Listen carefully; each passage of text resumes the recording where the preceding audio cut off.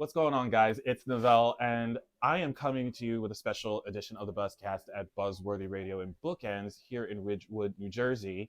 And I get the opportunity to sit and talk with somebody who I've known for quite some time now from watching him on television and movies. And if you don't know this person by name, you definitely might have seen his face. He's been in Hollywood for over 7 decades. One of his earliest roles was on Window on Main Street with Father Knows Best star Robert Young. Yes. But most might recognize his voice from the Hanna-Barbera cartoon Jonny Quest. I did not know this until I became a definition adult. So imagine my surprise when I found that out. From then on, he made guest appearances on Bonanza. He was also in Animal House. He was in The West Wing, which he was nominated for 2 Primetime Emmys for. You can now see him on Virgin River, which premieres the new season 6, next month, December 19th, which was, congratulations, thank you, renewed for a season 7. That's right. We start in March. We'll start shooting season 7 up in Vancouver, British Columbia. Awesome. And not only is he an actor, he's also a director. He's directed some of my favorite shows, one of which was Suits. But he's now adding a writer to his repertoire, as his book has now released called Damn Glad to Meet You.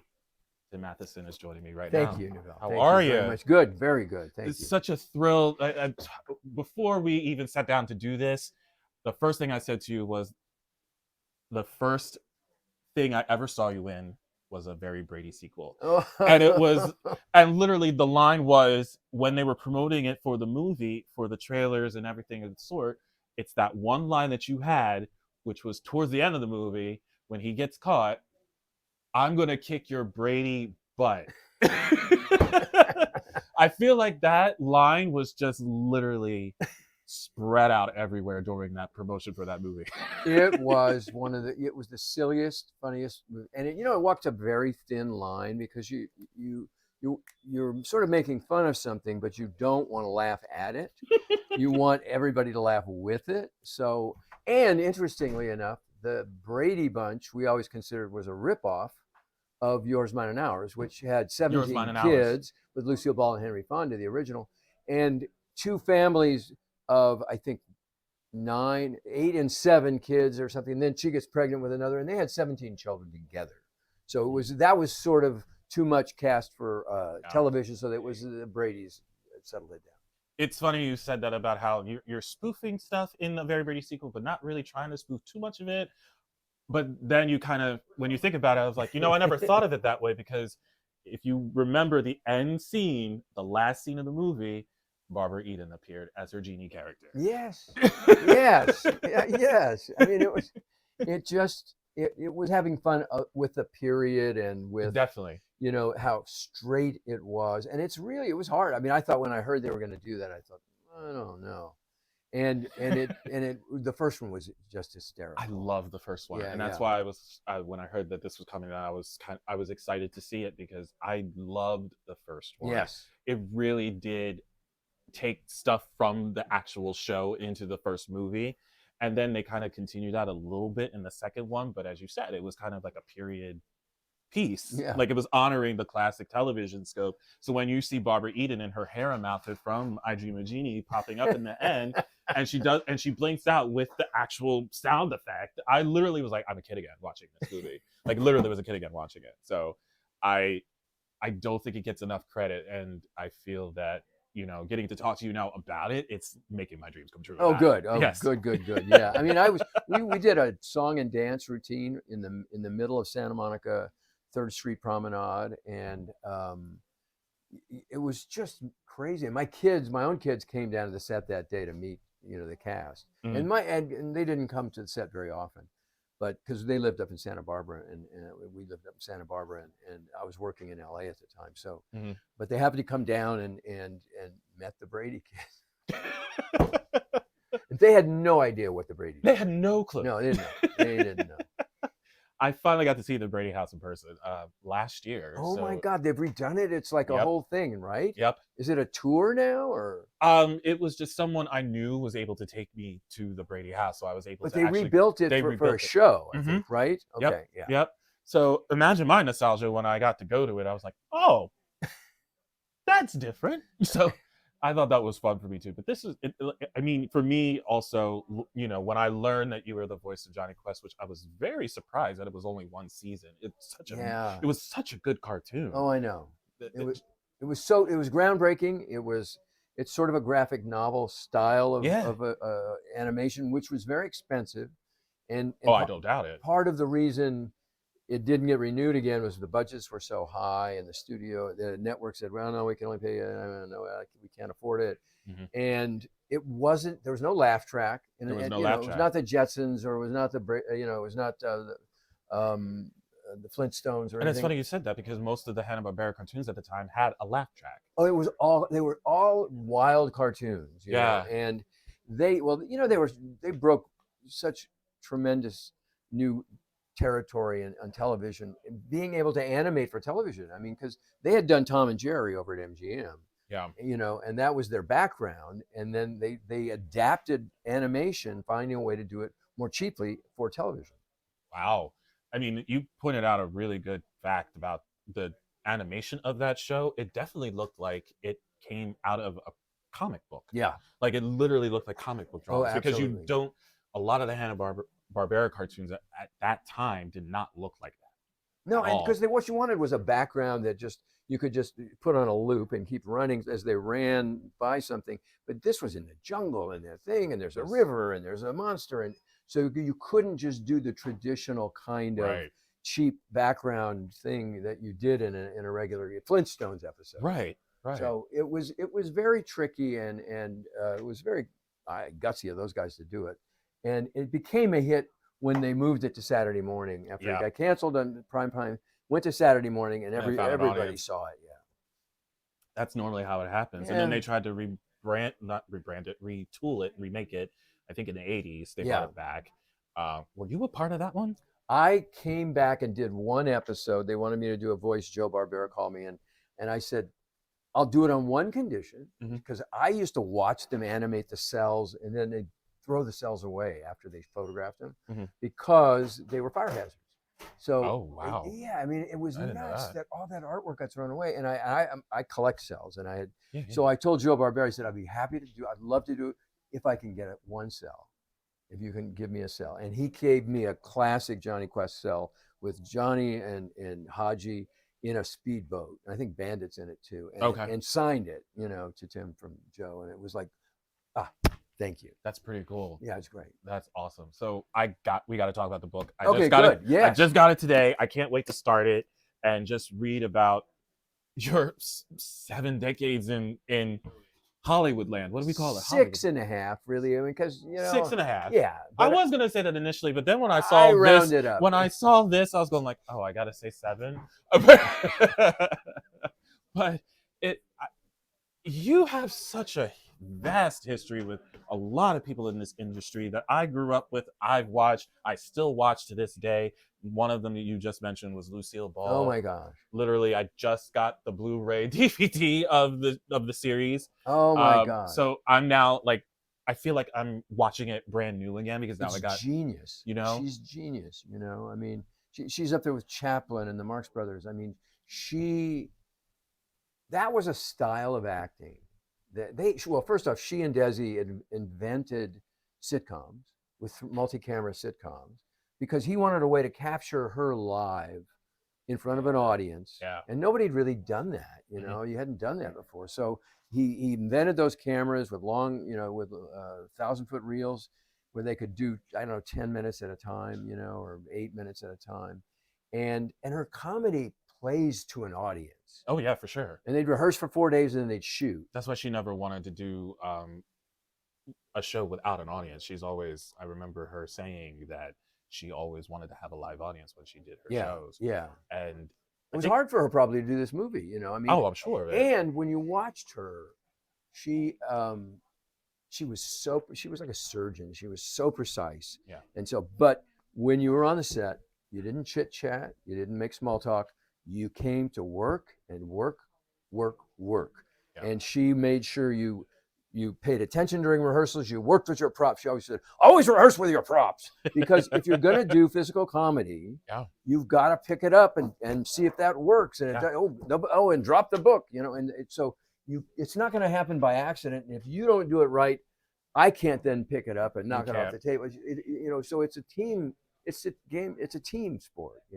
You talk about her in the book, and I know you get this question a lot because I just heard that you do get this a lot about Animal House when you worked with John John Belushi. Belushi. Yes, yeah. One of the things I will point out about that comment was that I love the fact that you said that he was such a down to earth human.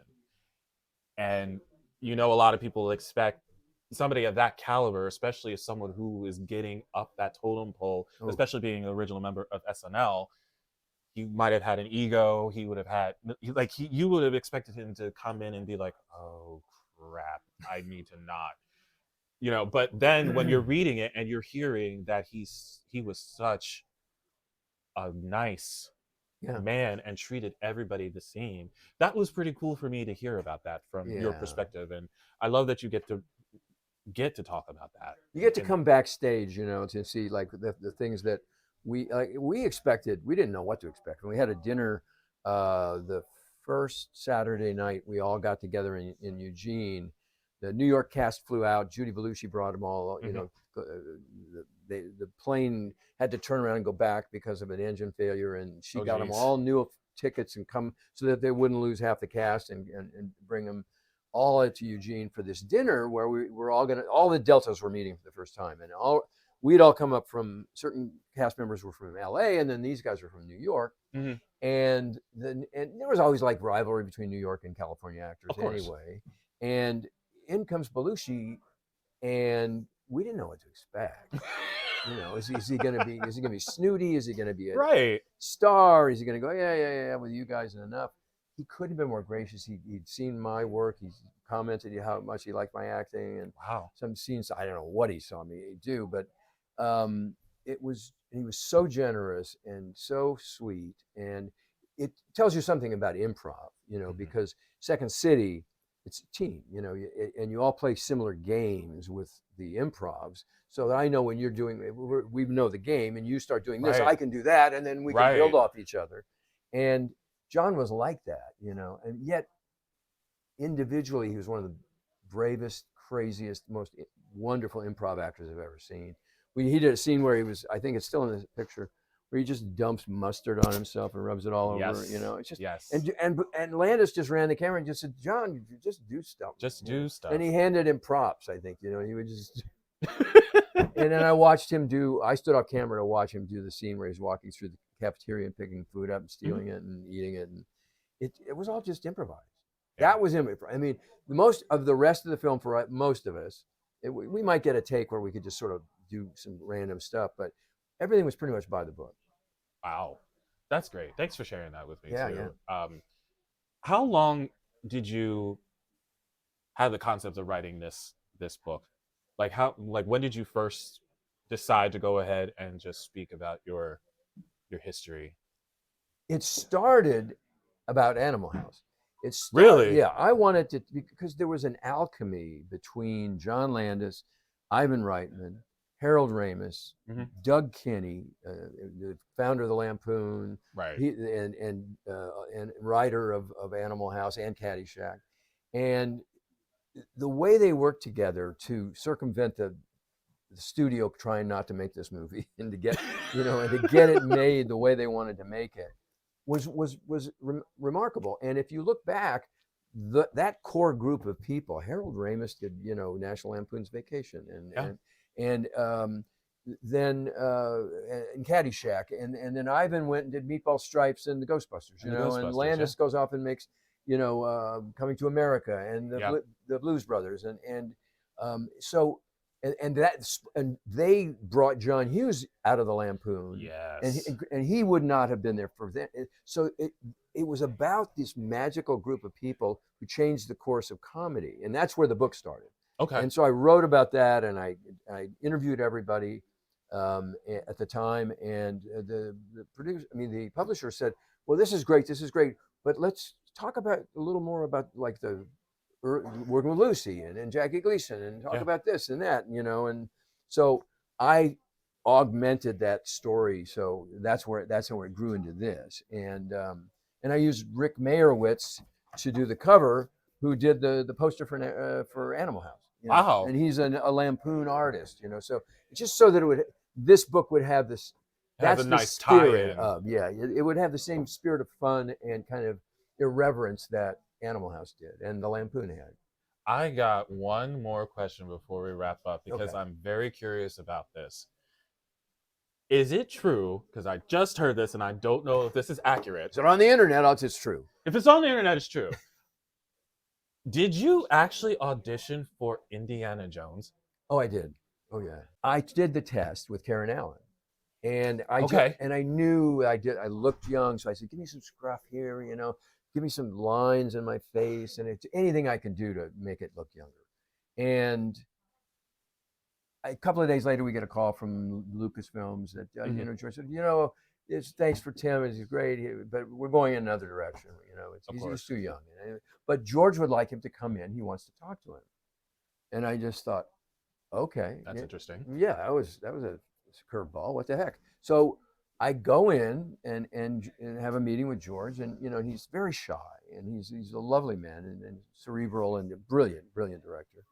And he said, "In all honesty, you did the best test. It was a great test, but you're just too young. You know, you just look too young." And I go, I know, George. I knew that coming in, and I'm so, you know, I wish I didn't look so young. You know, but don't worry, George. We'll find a time to work together. You know? Of course. I'm still looking, but it's but it was how gracious he was to do that, you know, to a young actor and you know, encourage me to keep doing what I'm doing, even though this didn't work out. It didn't work out, you know. but yet he gave you those words, and for me, I would have just left that room, go like, wow. I did. Jaw dropping. I did. I mean, it was like no director ever did that to me. No Right. Producer. I mean, you know, nobody of his stature. I was gonna say, you rarely hear anything like that from No, anybody. usually it's like that. They didn't went another direction. Thanks very much. And that's it. You know, end of story. Because nobody likes to say no in Hollywood.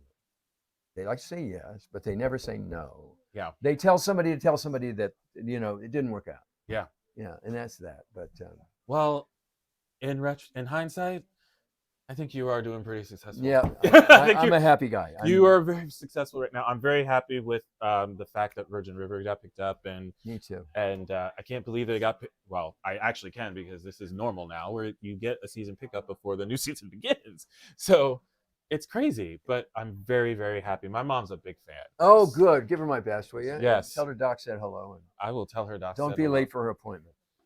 Well, she's not the one that's late. I am. So so I'll tell you right now, I'm the one that's going to be late, but I will not be late when the premiere drops next month. So good. I will be there. December 19th on Netflix. On Netflix. And also, please pick up Damn Glad to Meet You at your nearest bookstore. I'm sure it's on Amazon as well. But support your local bookstore. But please support your local bookstore like we are here at Bookends. And I want to thank them for having me here to talk to this man, Tim Matheson. Thank you. Thank you so much. That was great. Really appreciate it.